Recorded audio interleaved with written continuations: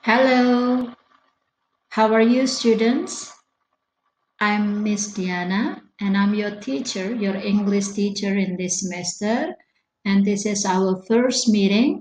And today I want to explain about the lesson that you have to study in this semester.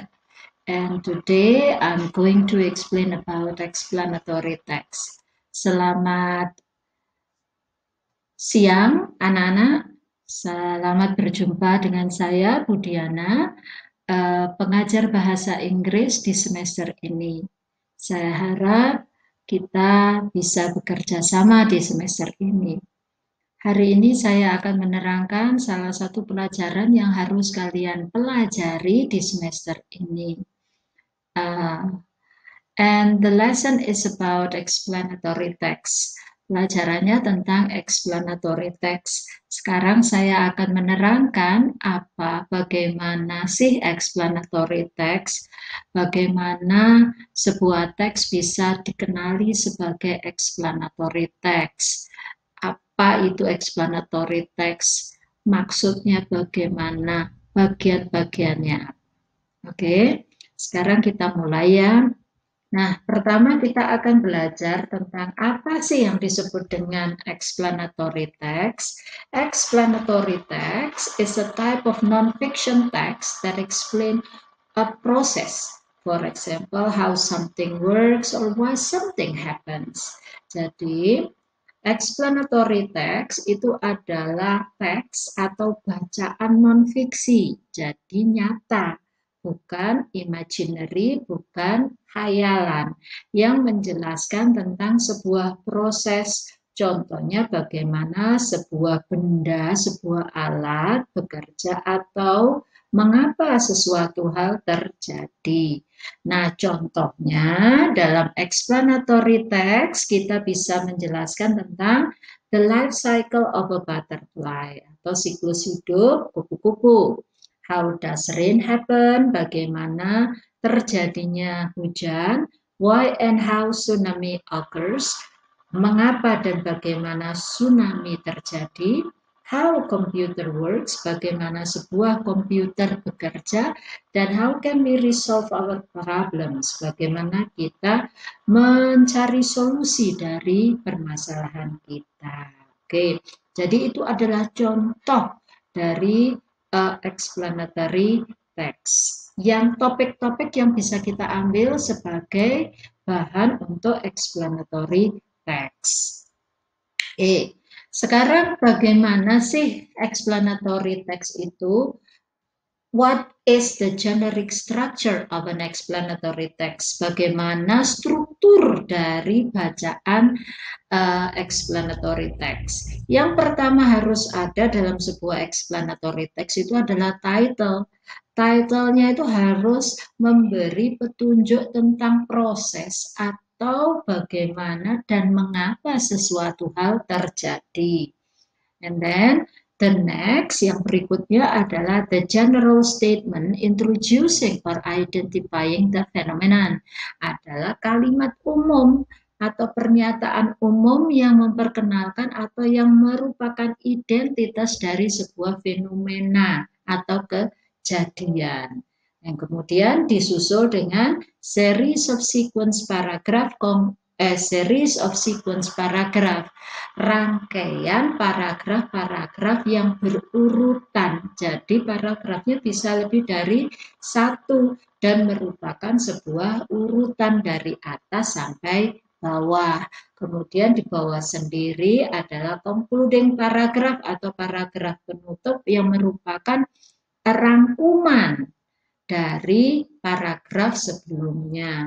Kemudian bisa juga dilengkapi dengan label diagrams and flowchart untuk membuatnya menjadi lebih jelas. Apa sih yang disebut dengan label diagrams and flowchart? Label diagrams atau flowchart ini bisa dalam bentuk gambar, bisa dalam bentuk diagram alir. Kita akan melihat contohnya satu persatu. Oke, kita masuk ke contoh sebuah explanatory paragraph. Yang pertama adalah title. Di sini Bu Diana mengambil satu title yaitu The Life Cycle of Butterfly. Siklus hidup kupu-kupu. Oke. Jelas ya, jadi ini merupakan mengapa atau bagaimana siklus hidup seekor kupu-kupu. Oke, kemudian berikutnya tadi setelah title kita punya general statement yang fungsinya memperkenalkan atau mengidentifikasi kejadian. Nah, kejadiannya apa? Kejadiannya adalah siklus hidup. Siklus hidupnya apa? Siklus hidupnya butterfly. Oke, kita lihat general statementnya bagaimana. Nah, this is the general statement. Butterfly develops through a process called metamorphosis. Butterfly berkembang melalui sebuah proses yang disebut metamorfosis. Ini perkenalannya, jadi nanti teks ini akan menjelaskan prosesnya, proses yang disebut metamorfosis. There are 4 stages in the metamorphosis of butterflies, yaitu egg, larva, pupa, and adult. Dari kemudian metamorfosis dijelaskan lagi bahwa dalam metamorfosis itu ada 4 tahapan, yaitu egg, telur, larva, pupa atau kepompong, and adult atau dewasa, kupu-kupu dewasa. Nah, ini adalah general statement. Tidak secara detail membicarakan tentang tahapan-tahapan dalam siklus hidup kupu-kupu, tetapi hanya memperkenalkan saja. Jelas ya? Di sini ada kata develop. Develop ini adalah berkembang. Nah, kalau kupu-kupu ya pastinya berkembang biak. Oke, kemudian ada stages. Stages ini artinya adalah tahapan. Oke, good. Nah, setelah general statement ada apa? Ada series of sequence paragraphs. Di sini ada S-nya paragraphs. Berarti lebih dari satu paragraf. Kita lihat ya. Nah, kira-kira kalau general statement-nya ini berarti di paragraf berikutnya pasti akan membicarakan apa? Ya bagus, pasti akan membicarakan tahapan-tahapannya. Ada berapa tahapan? Very good, ada 4 tahapan. Yang pertama yang akan dijelaskan di paragraf berikutnya pasti tentang egg atau telur. Kemudian paragraf berikutnya pasti tentang larva, paragraf berikutnya lagi pasti tentang pupa, dan yang terakhir nanti pasti tentang adult atau kupu-kupu dewasa. Kita lihat ya. Oke. Nah, pada tahap egg atau tahap telur, ini penjelasannya seperti ini. A butterfly starts life as a very small, round, oval, or cylindrical egg. Butterfly mulai hidup sebagai sebuah telur yang kecil, bulat, oval, dan gilik-gilik. Cylindrical itu gilik-gilik ya. Dan the egg shape depends on the type of butterfly that laid in the egg. That laid the egg. Jadi bentuk telurnya ini bergantung pada tipe kupu-kupunya. Ya, ada yang telurnya itu bulat-bulat, ada yang telurnya itu oval, ada yang gilik-gilik, tergantung dari tipe kupu-kupunya. Oke. Butterfly eggs are usually laid on the leaves of plants. So if you are actively searching for these very tiny eggs, you will have to take some time and examine quite a few leaves in order to find some. Okay. Kupu-kupu biasanya bertelur di daun. Jadi kalau ingin mencari telur kupu-kupu harus menyisihkan waktu untuk melihat daun-daun di mana ada telurnya. Oke, nah ini adalah Yang pertama saja. Jadi hanya menjelaskan di mana telur-telur itu bentuknya seperti apa. Oke, kemudian paragraf berikutnya tentang larva. Oke, nah setelah netes jadi larva, kemudian bagaimana? Nah, di sini dijelaskan, when the egg finally hatches, netes, hatches itu menetas. Most of you would expect for a butterfly to emerge, right? Pasti kalian menunggu butterfly-nya muncul. Nggak boleh. Expect ini mengharap, ya berharap. Emerge itu muncul. Well, not exactly. Tidak sepenuhnya benar. In the butterfly's life cycle, there are 4 stages, and this is only the second stage. Dalam siklus hidup kupu-kupu ada 4 tahapan, dan ini adalah tahap kedua. Butterfly larva kupu-kupu are actually what we call caterpillars, adalah yang kita sebut ular ya, atau ulat. Bukan ular, ulat ya, atau caterpillars. Caterpillars do not stay in this stage for a long, and mostly in this stage all they do is eating. Hidupnya ular itu tidak lama, dan selama jadi ulat ini yang mereka lakukan hanya makan, dan makan.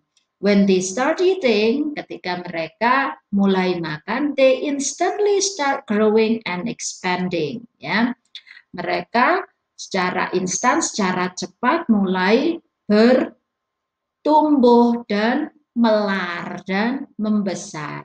Their exoskeleton atau skin atau apa ini namanya, kulit doesn't stretch or grow ya, tapi kulitnya ini nggak ikut tumbuh, nggak ikut melar, nggak ikut membesar ya. They grow by molting atau shedding the outgrown skin. Jadi mereka berkembangnya ini dengan shedding the outgrown skin, atau kalau bahasa Jawanya melungsungi, melepaskan kulit luarnya several times while it grows. Jadi beberapa kali ulat ini akan melungsungi, akan melepaskan kulit luarnya selama berkembang biak. Oke, jadi di sini ada dua tahap, yaitu egg dan larva. Oke, kemudian yang berikutnya, nah, the third stage atau tahap ketiga adalah the pupa stage atau kepompong ya. Is one of the coolest stages of the butterfly's life, adalah tahap paling keren dari hidupnya butterfly. As soon as a caterpillar is done growing and they have reached their full length or weight, they form themselves into a pupa, also known as chrysalis ya. Jadi setelah caterpillarnya itu atau setelah ulatnya itu besar dan sudah cukup besar dan panjang, mereka akan berubah menjadi pupa, juga dikenal sebagai chrysalis atau kepompong. Inside of the pupa, the caterpillar is rapidly changing. Jadi di dalam kepompong ini, ulat ini akan berubah. The old body parts of the caterpillar are undergoing a remarkable transformation called metamorphosis. Jadi bagian-bagian tubuh yang lama ya, jadi seekor ulat itu akan berubah, remarkable, akan sangat berubah. Nah, perubahan ini yang disebut dengan metamorphosis, to become a beautiful parts that make up the butterfly.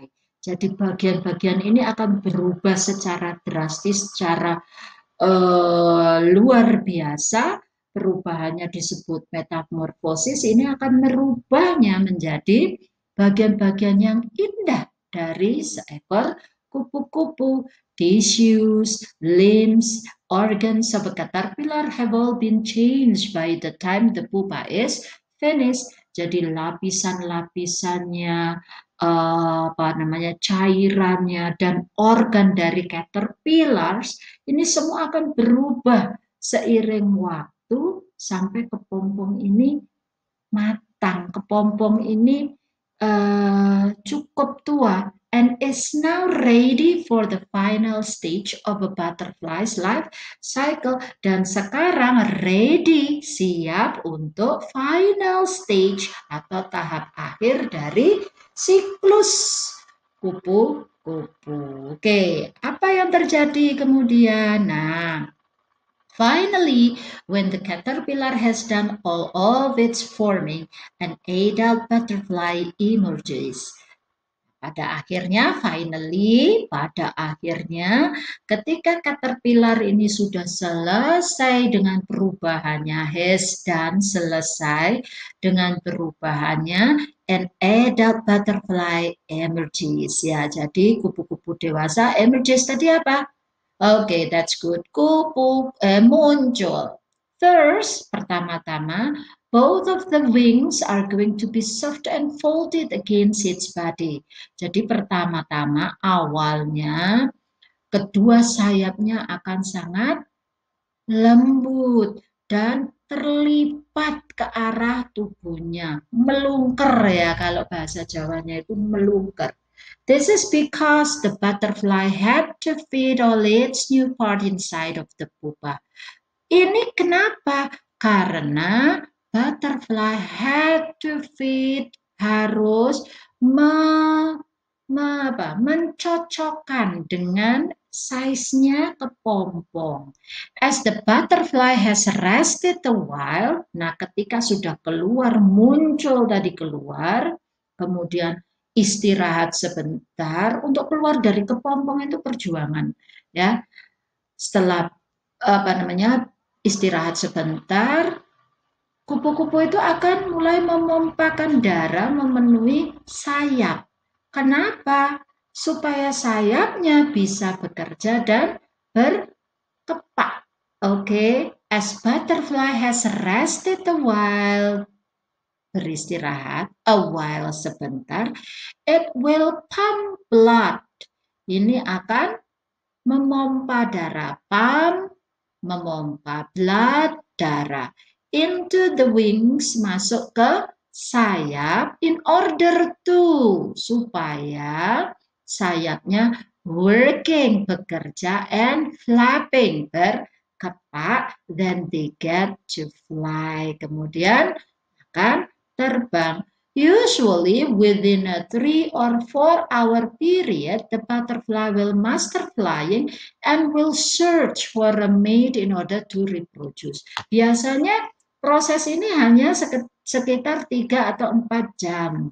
Kemudian setelah itu butterfly-nya akan ahli terbang, kemudian akan mulai mencari jodohnya, akan mencari pasangannya. Untuk apa? Ya, untuk berkembang biak. Oke. Now, 4 stages have been explained. Jadi 4 tahapannya sudah dijelaskan di sini. Nah, yang berikutnya adalah concluding paragraph. Oke. Let's see the concluding paragraph.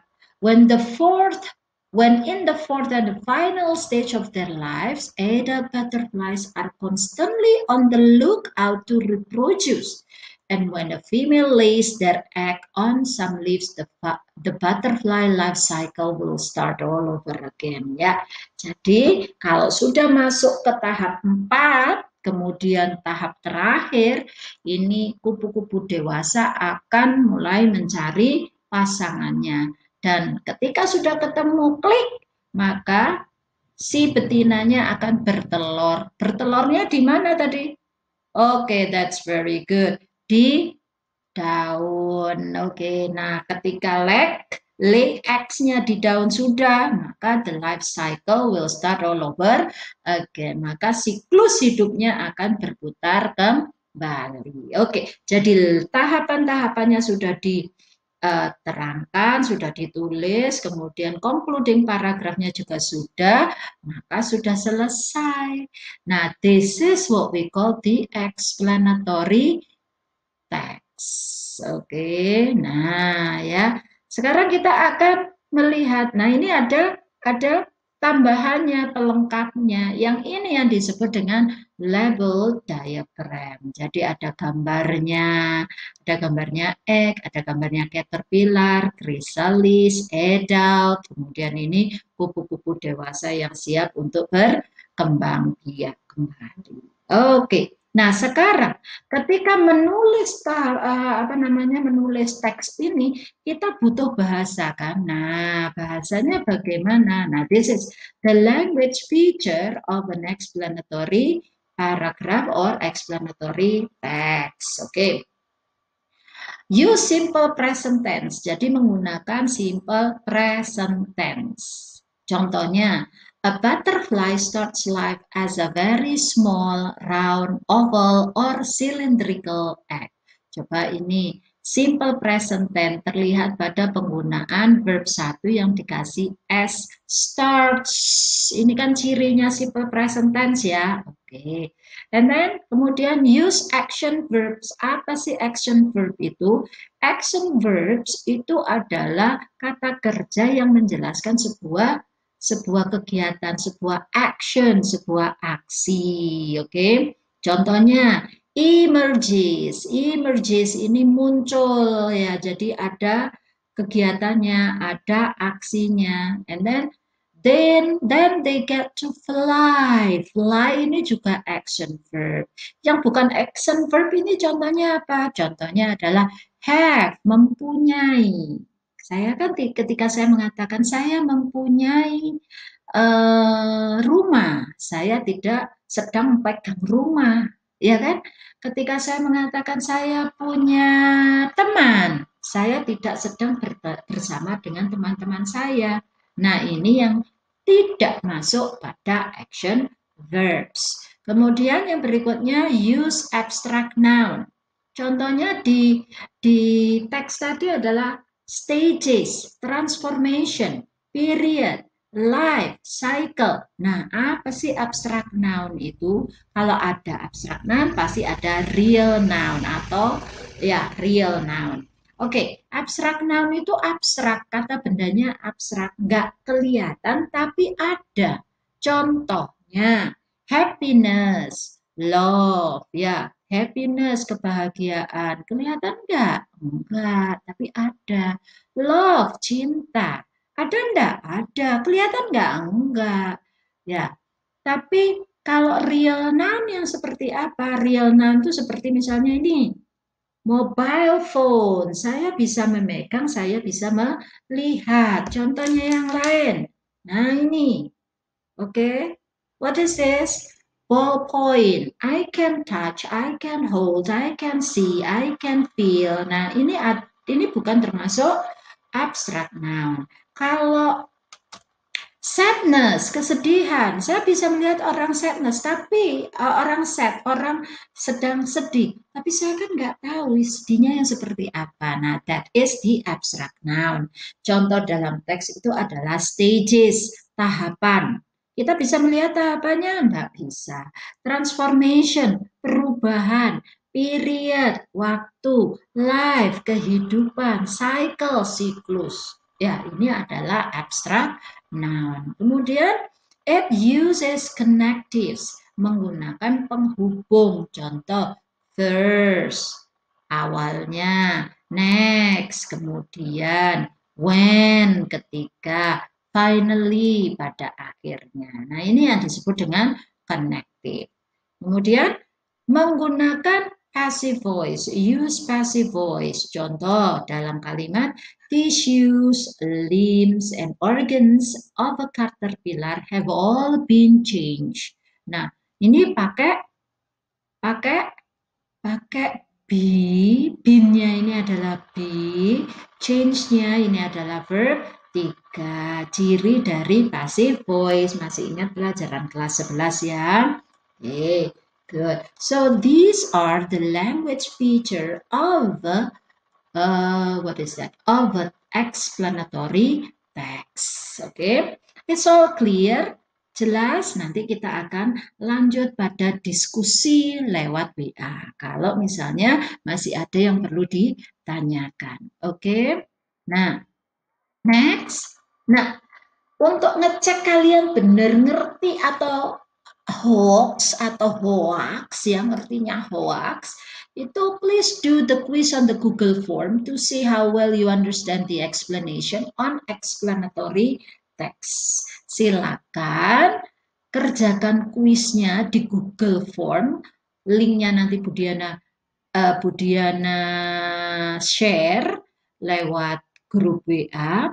To see how well you understand the explanation on explanatory text. Untuk melihat, Budiana perlu meyakinkan diri Budiana sendiri bahwa kalian mengerti penjelasan tentang explanatory text. Okay, so I think that's enough for today's explanation, today's lesson, and please do the quiz. Nanti untuk tugasnya, assignment-nya seperti Bu Diana bilang bahwa kita akan melihatnya atau kita akan membahas setelah minggu ketiga.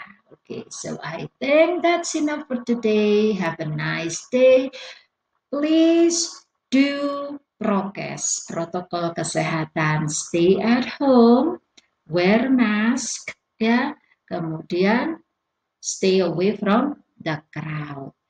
Tinggal di rumah, wash your hands ya, cuci tangan, pakai masker, tinggal di rumah, jauhi kerumunan. Stay healthy, stay happy, and bye-bye. Wassalamualaikum warahmatullahi wabarakatuh.